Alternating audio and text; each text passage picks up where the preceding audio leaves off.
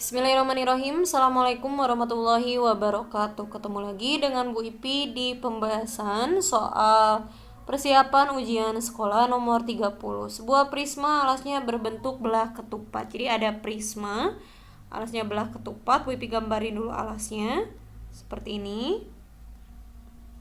Oke, belah ketupat. Dengan keliling alasnya 80 keliling, itu berarti keliling alas belah ketupat itu 4 S atau 4 sisinya sama dengan 80. Sisinya sebelah mana sih? Ini S, ini S, ini S, ini S. Jadi kalau dijumlahin kelilingnya 4 S ya. 80. 4 S sama dengan 80. S sama dengan 80 bagi 4 sama dengan 20.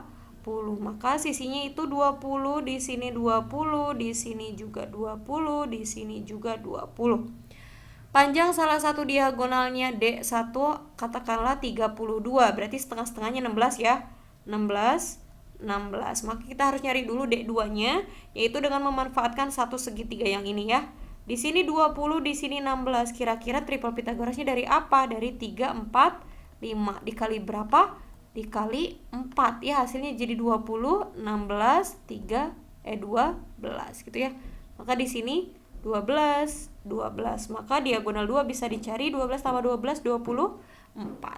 Yang dicari adalah apa nih? Volume prisma. Volume prisma itu rumusnya apa? LA, luas alas, kali tinggi alasnya berbentuk belah ketupat. Belah ketupat luasnya apa? D1 kali D2 bagi 2 dikali T. T ini tinggi prisma ya. D1-nya 32, D2-nya 24 per 2 dikali tinggi prismanya itu 15. Oke, mau nggak mau kita bagi dulu. 32 dibagi 2 berarti 16. 16 dikali 24 dikali 15. Hasilnya adalah 16 kali 24 kali 15. Hasilnya 5, 7, 60. Ya, jawabannya yang B. Oke, kemudian kita lanjutkan ke nomor 31 yang diminta luas permukaan bangun. Ini ada bangun kubus dan limas. Nah, untuk luas permukaan berarti kita hitung yang terlihat dari luar. Untuk kubus, apa yang nggak dihitung? Yang di sebelah dalam ini nggak dihitung ya, nggak harus dihitung. Jadi sisinya yang dihitung cuma ada berapa? 5 sisi kubus ya. Yang dihitung adalah 5 sisi kubus. Nah, sisi kubus itu berbentuk apa? Berbentuk persegi ya. Berarti luas persegi itu apa? Sisi kali sisi. Jadi 5 dikali sisinya, panjang sisinya 8, 5 kali 8 kali 8 itu ya. 5 dikali 64 sama dengan 320. Kemudian jika si tinggi kubusnya itu 8 karena rusuk dan sisinya sama ya, maka sisanya dari tinggi si limasnya itu sisanya 11 kurangi 8 sama dengan 3. Kemudian kita harus cari dulu luas sisi tegak si limasnya ya. Panjang dari sini adalah setengah dari rusuk kubusnya.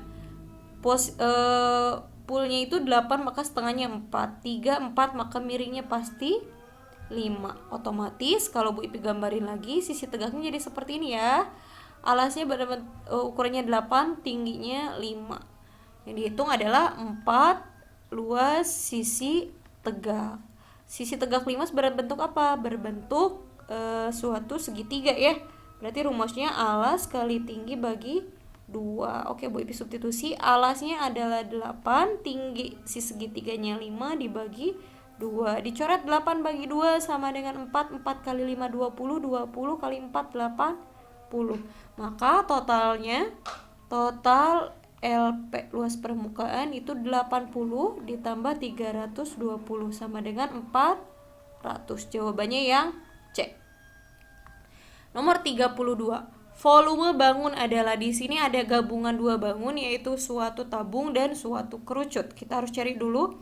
Ini R-nya berarti 3, ini 3, ini R-nya 3. Oke, di sini ada keterangan pelukisnya itu 5 ya, maka tinggi si kerucutnya bisa dicari ya. 5, 3 berarti 4. Pakai triple Pitagoras 3, 4, 5.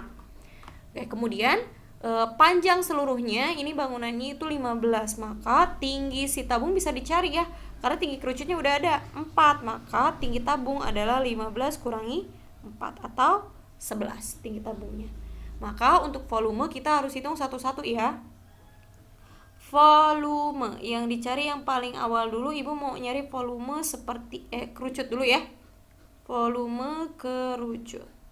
Oke, rumusnya sepertiga V R kuadrat kali T. Sepertiga P-nya Bu Ipi biarin dulu. R-nya itu 3 ya, 3 kuadrat, tinggi si kerucutnya 4. Oke, kayaknya ada yang mau dikaliin dulu ya ini. Sepertiga Pi 3 kali 3 kali 4. Oke, coret 3-nya. Sisanya berarti 3 kali 4, 12 V. Dibiarkan. Kemudian volume tabung. Kita cari ya, volume tabung itu rumusnya VR kuadrat T. V-nya dibiarin, R-nya 3 kuadrat, tingginya 11. Sama dengan V dikali 9 kali 11, 99. 99 V. Maka volume totalnya itu tinggal volume kerucutnya 12 V ditambah volume tabungnya 99 Pi. Maka totalnya 99 tambah 12 itu 111 V gitu ya. Baru V-nya masukin 111, V-nya 3,14 dikali 3,14 sama dengan 348,54. Jawabannya ya semuanya. Oke, semuanya dipilih jawabannya 348,54. Iya, jawabannya semuanya, betul. Nomor 33. Sebuah kerucut punya tingginya 21, panjang pelukisnya itu luas, seluruh permukaan kerucut adalah. Bu Ipi gambarin dulu visualisasinya. Ini ada kerucut ya, tingginya 21. Kemudian garis pelukisnya 29. Triple Pitagorasnya dari apa coba? Ada 21, ada 29. Ini jarang dipakai ya. Ini 20. Yang triple Pitagoras nomor 8 yang terakhir, 20, 21, 29. Maka R-nya 20. Kita cari LP kerucut. Luas permukaan kerucut boleh pakai rumus satu-satu ya, yang luas selimut kerucut ditambah luas alas. Oke, alas. Atau boleh pakai rumus jadi, boleh lah.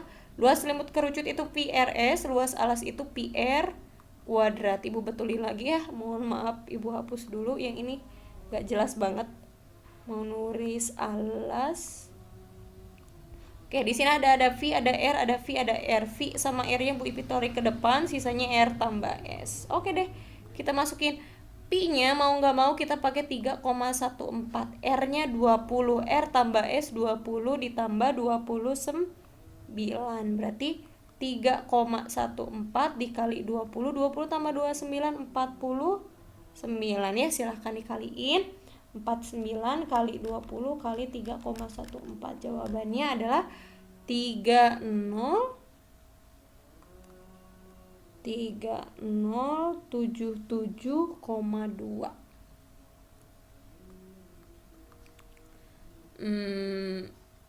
Luas seluruh permukaan kerucut. Oke. Sementara sih betul ya, 20, 21, 29 itu nggak ada yang salah, berarti R-nya 20, PRS 20 kali 29 580, R kuadrat sama dengan 400, 980 dikali 3,14, jawabannya 3077,2 ya. Sip, jawabannya seperti ini ya. Kemudian nomor 34. Ini perhatikan data berikut, ada 2, 4, 3, 2, 4, 9 dan seterusnya yang ditanya median. Median itu adalah data tengah. Dengan syarat harus diurutin dulu ya. Angka yang terkecilnya 2. Coret 2-nya ada lagi, 2-nya ada 2. Kemudian setelah 2, 3 ada 3. Oke, 3-nya 1 kali. Kemudian ada 4. Ada yang 4-nya 1, 2, 3. Tuh, 2, 3. Kemudian ada 5, 5 ada. Kemudian ada 6, 7-nya 2 kali, 7, 7, dan 9. Nah, setelah ini coret depan, coret belakang ya. 1, 2, 3, maka belakang juga harus coret 3. Kemudian coret lagi 2, coret lagi 2. Maka sisanya mediannya 4. Ini median.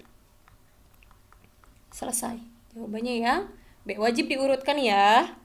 Kemudian nomor 35, kelompok A terdiri dari 11 anak, rata-ratanya 70, kelompok B segitu, maka rata-rata nilai gabungan. Kalau rata-rata nilai gabungan berarti rata-rata gabungan ya rumusnya. rata-rata gabungan. Masih ingat rumusnya?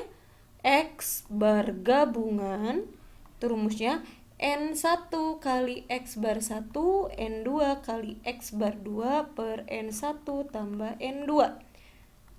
11 anak perempuan, kelompok A ini N1. Kemudian rata-ratanya 70, ini katakanlah X bar 1. Yang ini 9 anak, berarti ini N2.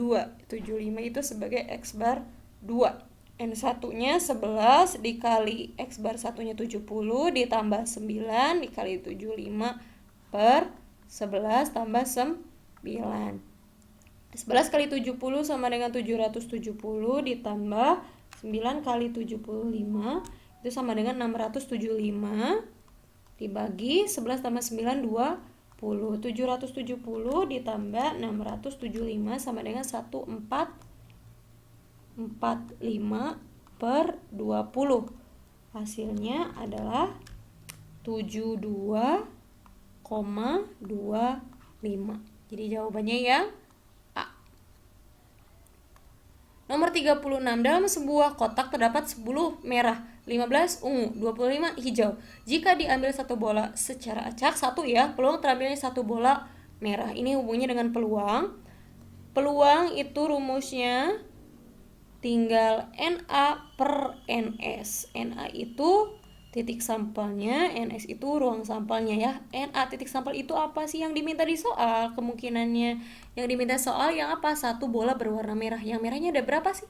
Ada 10, maka NA-nya 10. NS itu seluruhnya ada berapa? Merah 10, 15 ungu, sama 25 hijau. Berarti 10 per 50 atau diperkecil jadi 1 per 5. 1 per 5 itu desimalnya berapa? 0,2. Maka kemungkinannya atau peluangnya itu 0,2. Nomor 37. Fungsi fx titik potong dengan sumbu x. Ingat kalau titik potong dengan sumbu x, tipot ya, titik potong dengan sumbu x, buat y-nya sama dengan 0. Untuk catatan, tipot untuk sumbu y, kebalikannya, berarti x-nya yang 0. Kita pakai yang mana? Yang y-nya sama dengan 0 ya. Catatan lagi, fx itu sama dengan y gitu. Jadi fx-nya bikin 0 ya. X kuadrat tambah 4x min 21 sama dengan 0. Mau nggak mau kita harus faktorkan. Kalau dikaliin harus yang akhir ya, min 21. Kalau dijumlahin harus yang tengah, positif 4. Kira-kira angkanya berapa?